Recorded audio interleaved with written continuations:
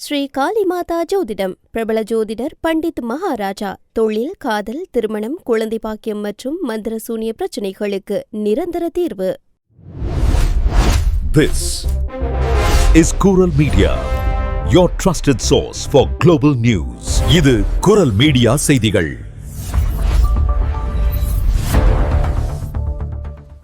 இது குரல் மீடியாவின் இன்றைய பிரதான செய்திகள். செய்திகளை வாசிக்கும் நான் கோகுலநாதன் தமிழினி. முதலில் தலைப்புச் செய்திகள். பிரான்சில் மின்சார வாகனங்களுக்கான சுற்றுச்சூழல் போனஸ் உயர்வு. வருமானத்தின் அடிப்படையில் வழங்கப்படும் உதவித்தொகையால் மின்சார கார்களின் விலை பெருமளவு குறையும் என எதிர்பார்ப்பு. பிரான்ஸ் அதிபரை சந்திக்க ஆசைப்பட்ட 94 வயது மூதாட்டி கையொப்பமிட்ட புகைப்படத்தை அனுப்பி வைத்து இன்ப அதிர்ச்சி கொடுத்த அதிபர் மக்ரோன். பிரான்சில் 11 வயது மாணவி தற்கொலை வழக்கு. துன்புறுத்திய 63 வயது ஆசிரியைக்கு ஓராண்டு ஒத்திவைக்கப்பட்ட சிறை தண்டனை விதித்து தீர்ப்பு. ஹார்முஸ் நீரிணையில் அமெரிக்காவின் முற்றுகைக்கு மாற்றாக பிரான்ஸ், பிரிட்டன் இணைந்து அமைதி பணி கூட்டு மாநாடு. பிரான்சின் தூலன் நகரில் பள்ளி ஒன்றில் செமி ஆட்டோமேட்டிக் துப்பாக்கியுடன் பள்ளிக்கு வந்த 13 வயது மாணவர். பிரான்சில் மாபெரும் அரசு நிதி மோசடி. போலி நிறுவனங்கள் மூலம் கோடிக்கணக்கில் சுருட்டிய பெண் உட்பட 3 அதிரடி கைது. பிரான்ஸ் முழுவதும் சட்டவிரோத வேலைவாய்ப்புகளுக்கு எதிரான அதிரடி சோதனைகள் தீவிரம். உரிய ஆவணங்களின்றி பணிபுரிந்த ஊழியர்களை கைது செய்த அதிகாரிகள். தொடர்பான விரிவான செய்திகள். பிரான்சில் மின்சார வாகனங்களின் விற்பனையை தீவிரமாக அதிகரிக்கும் நோக்கில் வாடிக்கையாளர்களுக்கு வழங்கப்படும் சுற்றுச்சூழல் போனஸ் உதவித்தொகையை அதிகரிக்க அரசு திட்டமிட்டுள்ளது. இதன்படி பயனாளிகளின் வருமானத்தின் அடிப்படையில் இந்த உதவித்தொகை அதிகபட்சமாக 9,500 யூரோக்கள் வரை வழங்கப்படலாம் என அறிவிக்கப்பட்டுள்ளது. இது முந்தைய தொகையை விட கணிசமாக அதிகமாகும். இந்த அதிரடி போனஸ் உயர்வால் மின்சார வாகனங்களின் சந்தை விலை பெருமளவு குறையும். உதாரணமாக சுமார் 25,000 யூரோ மதிப்புள்ள ஒரு சிறிய நகர பயன்பாட்டு காரை இந்த உதவித்தொகை மூலம் 16,000 யூரோக்களுக்கும் குறைவான விலையில் வாங்க முடியும். அரசின் இந்த அறிவிப்பால் நகர்ப்புற பயன்பாட்டிற்காக 2வது வாகனம் வாங்க நினைக்கும் பொதுமக்கள் மத்தியில் மின்சார வாகனங்கள் மீதான ஆர்வம் பல மடங்கு அதிகரித்துள்ளது. இருப்பினும் தினசரி அதிக தூரம் பயணம் செய்யும் தொழில்முறை வாகன ஓட்டிகள் மின்சார வாகனங்களுக்கு மாற இன்னும் தயக்கம் காட்டியே வருகின்றனர். குறிப்பாக டாக்ஸி ஓட்டுநர்கள் வாகனத்தை சார்ஜ் செய்வதற்கு அதிக நேரம் தேவைப்படுவதாலும் தங்களின் வேலை நேர நெருக்கடிகளுக்கு இது ஒத்துப்போகாது என்பதாலும் இதனை நடைமுறை சிரமமாக கருதுகின்றனர். இத்தகைய தயக்கங்கள் ஒருபுறம் இருந்தாலும் இந்த ஆண்டின் தொடக்கம் முதலே பிரான்சில் விற்பனையாகும் புதிய வாகனங்களில் பெரும்பாலானவை மின்சார வாகனங்களாகவே உள்ளன என்பது குறிப்பிடத்தக்கது. பிரான்சின் இசேர் மாவட்டத்தில் உள்ள முதியோர் இல்லம் ஒன்றில் வசித்து வரும் 94 வயதான ரெனி குவாஜ்பியூர் என்ற மூதாட்டி தனது வாழ்நாள் கனவாக பிரான்ஸ் அதிபர் இமானுவல் மக்ரோனை சந்திக்க வேண்டும் என விருப்பம் தெரிவித்திருந்தார். அந்த முதியோர் இல்லத்தில் குடியிருப்பவர்கள் தங்களின் ஆசைகளை எழுதி போடுவதற்காக வைக்கப்பட்டிருந்த சிறப்பு அஞ்சல் பெட்டியில் இந்த வயதில் எனக்கு கனவுகள் ஏதுமில்லை, அப்படியே இருந்தால் அது குடியரசுத் தலைவரை சந்திப்பதே என ரெனி நம்பிக்கையின்றி எழுதி போட்டிருந்தார். இதனை கண்ட இல்லத்தின் பணியாளர்கள் இருவர் மூதாட்டியின் ஆசையை நிறைவேற்றும் நோக்கில் அவர் சார்பாக அதிபர் மாளிகையான எலிசுக்கு கடிதம் ஒன்றை அனுப்பி வைத்தனர். சில வாரங்கள் கழித்து மூதாட்டியின் கனவு நேரடியாக நனவாகாவிட்டாலும் எலிசி மாளிகையிலிருந்து அவருக்கு ஒரு மாபெரும் இன்ப அதிர்ச்சி காத்திருந்தது. அங்கிருந்து வந்த உரையில் குடியரசுத் தலைவரின் பிரத்யேக கடிதம் ஒன்றும் ரெனிக்கு எனது மரியாதையுடனும் அன்புடனும் இமானுவல் மக்ரோன் என்ற வாசகத்துடன் அதிபரின் அதிகாரப்பூர்வ கையொப்பமிட்ட புகைப்படமும் அனுப்பி வைக்கப்பட்டிருந்தது. இதை கண்டு பெருமகிழ்ச்சியடைந்த மூதாட்டி அந்த புகைப்படத்தை தனது அறையின் முக்கிய இடத்தில் பாதுகாப்பாக வைத்துள்ளார். அத்துடன் அதிபர் மாளிகையிலிருந்து வந்த உரையை தனக்கு மிகவும் பிடித்த தனது பிறந்த ஊரான ஆக்சிலெஷட்டோ பற்றிய ஓவியத்தின் கீழ் பொக்கிஷமாக வைத்துள்ளார். தனது கிராமத்தின் பழைய நினைவுகள் குறித்து அதிபரிடம் சில வார்த்தைகள் பேசி ஒருநாள் அவருடன் சேர்ந்து தனது ஊரை சுற்றி பார்க்க ஆசைப்பட்டதாக ரெனி நெகிழ்ச்சியுடன் தெரிவித்துள்ளார். அவரது நேரடி கனவு முழுமையாக நிறைவேறவில்லை என்றாலும் அதிபர் மாளிகையின் இந்த அன்பான பதில் அவருக்கு எல்லையில்லா மகிழ்ச்சியை அளித்துள்ளது. பிரான்சின் வால்டாய்ஸ் பகுதியில் ஆசிரியை ஒருவர் தொடர்ந்து மோசமாக நடத்தியதால் 11 வயது மாணவி தற்கொலை செய்து கொண்ட வழக்கில் சம்பந்தப்பட்ட ஆசிரியைக்கு நீதிமன்றம் ஓராண்டு ஒத்திவைக்கப்பட்ட சிறை தண்டனை விதித்து தீர்ப்பளித்துள்ளது.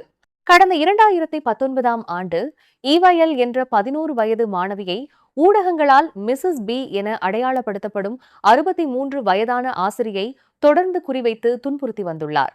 அந்த ஆசிரியை எப்போதுமே குறித்த மாணவியை தனியாக குறிவைத்து அவளை பார்த்து கத்திக்கொண்டே இருப்பார் என சக மாணவிகளும் விசாரணையின் போது சாட்சியம் அளித்துள்ளனர். ஆசிரியையின் இந்த தொடர் மன உளைச்சல் மற்றும் தொந்தரவுகளால் கடுமையாக பாதிக்கப்பட்ட மாணவி எவால் கடந்த 2019ஆம் ஆண்டு துயரமான முறையில் தன் உயிரைத்தானே மாய்த்துக் கொண்டார். பிரான்ஸ் முழுவதும் பெரும் அதிர்ச்சியை ஏற்படுத்திய இந்த வழக்கில் தற்போது தீர்ப்பு வழங்கப்பட்டுள்ளது. இதன்படி மாணவியின் மரணத்திற்கு காரணமான அந்த ஆசிரியைக்கு ஓராண்டு ஒத்திவைக்கப்பட்ட சிறை தண்டனை விதிக்கப்பட்டுள்ளது. அதாவது அவர் மீண்டும் ஏதேனும் குற்றங்களில் ஈடுபட்டால் மட்டுமே சிறையில் அடைக்கப்படுவார். மேலும் அவர் இனி வாழ்நாளில் ஆசிரியையாக பணியாற்றவும் நீதிமன்றம் நிரந்தர தடை விதித்துள்ளது. ஈரான் கடற்பகுதியில் அமைந்துள்ள ஹார்மஸ் நீரிணையில் தொடர்ந்து பதற்றம் நிலவி வரும் நிலையில் பிரான்ஸ் அதிபர் இமானுவல் மக்ரோன் தனது தூதரக ரீதியிலான சமரச முயற்சிகளை தீவிரப்படுத்தியுள்ளார். இந்த பகுதியில் அமெரிக்கா அறிவித்துள்ள கடற்படை முற்றுகை நடவடிக்கைகள் விரைவில் செயல்பாட்டுக்கு வரவுள்ள சூழலில் பிரான்ஸ் மற்றும் ஐக்கிய இராச்சியம் இணைந்து மாற்று நடவடிக்கையாக பன்னாட்டு அமைதி பணி குறித்த சிறப்பு மாநாட்டை விரைவில் ஏற்பாடு செய்ய உள்ளதாக அவர் அறிவித்துள்ளார். உலகளாவிய வர்த்தகத்திற்கு மிக முக்கியமான இந்த கடல் வழித்தடத்தில் கடந்த ஒரு மாதமாக நீடிக்கும் தடைகளால் சர்வதேச வர்த்தகம் கடுமையாக பாதிக்கப்பட்டுள்ளது. தடைகளை நீக்கி சுதந்திரமான கப்பல் போக்குவரத்தை மீண்டும் நிலைநிறுத்துவதே இந்த அமைதி பணி மாநாட்டின் முக்கிய நோக்கமாகும். அமெரிக்க அதிபர் டொனால்டு டிரம்ப் அறிவித்துள்ள இந்த அதிரடி கடற்படை முற்றுகைக்கு பிரிட்டன் பிரதமர் கெய்ர் ஸ்டார்மர் ஆதரவளிக்கவில்லை என தகவல்கள் தெரிவிக்கின்றன. இதனையடுத்து பிரான்ஸ் மற்றும் பிரிட்டன் இடையிலான ஆலோசனைகள் மூலம் இந்த பிரச்சினைக்கு அமைதியான மற்றும் உறுதியான தீர்வை காண தீவிர முயற்சிகள் மேற்கொள்ளப்பட்டு வருகின்றன. மத்திய கிழக்கு பகுதியில் தற்போது நிலவும் அதீத பதற்றத்தை தணிக்க அனைத்து தரப்பினரும் ஆயுதங்களை விடுத்து தூதரக வழிகளை பயன்படுத்த வேண்டும் என அதிபர் மக்ரோன் வலியுறுத்தியுள்ளார். மேலும் ஈரானின் அணுசக்தி மற்றும் ஏவுகணை திட்டங்கள் உள்ளிட்ட முக்கிய பிரச்சினைகளுக்கு நிரந்தர தீர்வுகளை காண வேண்டியது காலத்தின் கட்டாயம் என்றும் மத்திய கிழக்கு முழுவதும் அமைதி மற்றும் பாதுகாப்பை மீட்டெடுக்க ஒருங்கிணைந்த சர்வதேச முயற்சிகள் தேவை என்றும் அவர் திட்டவட்டமாக குறிப்பிட்டுள்ளார். பிரான்சின் டூலன் நகரில் உள்ள பள்ளி ஒன்றில் படிக்கும் 13 வயது மாணவன் செமி ஆட்டோமேட்டிக் துப்பாக்கியுடன் பள்ளிக்கு வந்த அதிர்ச்சிகரமான சம்பவத்தை அடுத்து காவல்துறையினரால் அதிரடியாக கைது செய்யப்பட்டுள்ளான். கடந்த ஏப்ரல் 9ஆம் தேதி நடந்த இந்த சம்பவம் குறித்த விசாரணையில் அந்த மாணவன் தனது தந்தையிடமிருந்து துப்பாக்கியை திருடி வந்ததாக வாக்குமூலம் அளித்துள்ளான். இதனையடுத்து சட்டவிரோதமாக வீட்டில் ஆயுதம் வைத்திருந்த குற்றத்திற்காக அவனது தந்தையையும் காவல்துறையினர் கைது செய்து காவலில் வைத்துள்ளனர். காவல்துறை அதிகாரிகளின் முதற்கட்ட விசாரணையில் குறிப்பிட்ட யாரையும் தாக்கும் நோக்கம் அந்த மாணவனுக்கு இல்லை என தெரியவந்துள்ளது.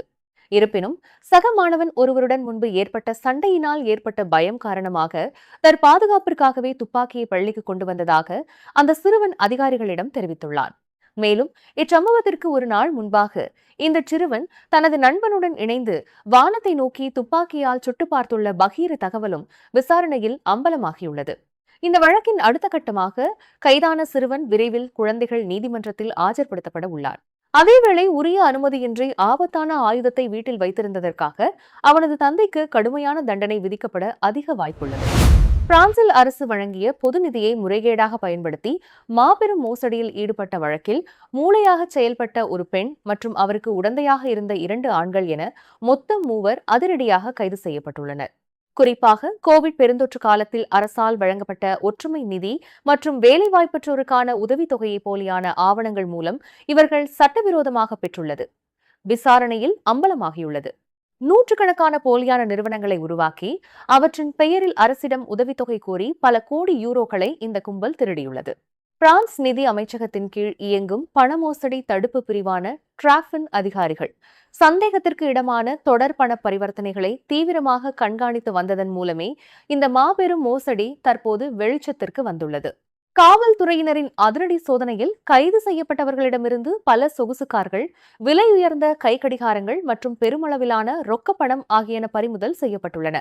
இவர்கள் 3 மீதும் கூட்டு சதி, பண மோசடி மற்றும் அரசு பணத்தை திருடுதல் ஆகிய கடுமையான பிரிவுகளின் கீழ் வழக்குகள் பதிவு செய்யப்பட்டுள்ளன. சமீப காலமாக பிரான்ஸ் அரசு இத்தகைய வரி ஏய்ப்பு மற்றும் நிதி மோசடிகளுக்கு எதிராக மிக கடுமையான சட்டங்களை கொண்டு வந்து தீவிர நடவடிக்கைகளை மேற்கொண்டு வருவது குறிப்பிடத்தக்கது. ஸ்ரீ காளிமாதா ஜோதிடம் பிரபல ஜோதிடர் பண்டித் மகாராஜா. தொழில், கல்வி, வியாபாரம் மற்றும் மந்திர சூனிய பிரச்சினைகளுக்கு நிரந்தர தீர்வு. பிரான்சின் சவுண்ட் எட் லார் பகுதியில் உள்ள உணவகம் ஒன்றில் தொழிலாளர் துறை அதிகாரிகளும் காவல்துறையினரும் இணைந்து மேற்கொண்ட திடீர் சோதனையில் உரிய ஆவணங்களின்றி சட்டவிரோதமாக பணிபுரிந்த பெண் உட்பட 3 பிடிபட்டுள்ளனர். அந்த உணவகத்தில் பணிபுரிபவர்களின் விவரங்களை அதிகாரிகள் தீவிரமாக ஆய்வு செய்தபோது முறையான வேலை அனுமதியின்றி இவர்கள் 3 பணியாற்றியது கண்டுபிடிக்கப்பட்டுள்ளது. பிடிபட்ட மூவருக்கும் பிரான்ஸ் நாட்டில் தங்குவதற்கான சட்டப்பூர்வ உரிமை இல்லாததால் அவர்கள் உடனடியாக நாட்டை விட்டு வெளியேற வேண்டும் என்ற OQTF உத்தரவு அதிகாரிகளால் பிறப்பிக்கப்பட்டுள்ளது. மேலும் தகுந்த ஆவணங்கள் இல்லாத வெளிநாட்டவர்களை சட்டவிரோதமாக தனது உணவகத்தில் பணியில் அமர்த்திய உரிமையாளர் மீது கடுமையான அபராதம் விதிக்கப்பட்டுள்ளதோடு அவர் மீது சட்டப்பூர்வமாக வழக்கும் பதிவு செய்யப்பட்டுள்ளது. அத்துடன் அந்த உணவகத்தை தற்காலிகமாக மூடவும் உத்தரவிடப்படலாம் என தகவல்கள் தெரிவிக்கின்றன. பிரான்சின் தற்போதைய சட்டங்களின்படி வெளிநாட்டினர் அங்கு பணிபுரிய வேண்டுமானால் அந்தந்த வேலைக்கான பிரத்யேக விசா அல்லது தங்குமிட அனுமதி வைத்திருப்பது கட்டாயமாகும். முறையான ஆவணங்களின்றி பணியாளர்களை அமர்த்துவது பிரான்சில் கடும் குற்றமாக கருதப்படுவதால் இதுபோன்ற அதிரடி சோதனைகள் தற்போது நாடு முழுவதும் தீவிரப்படுத்தப்பட்டுள்ளதாக அதிகாரிகள் எச்சரித்துள்ளனர். நீங்கள் இதுவரை கேட்டது குரல் மீடியாவின் பிரதான செய்திகள்.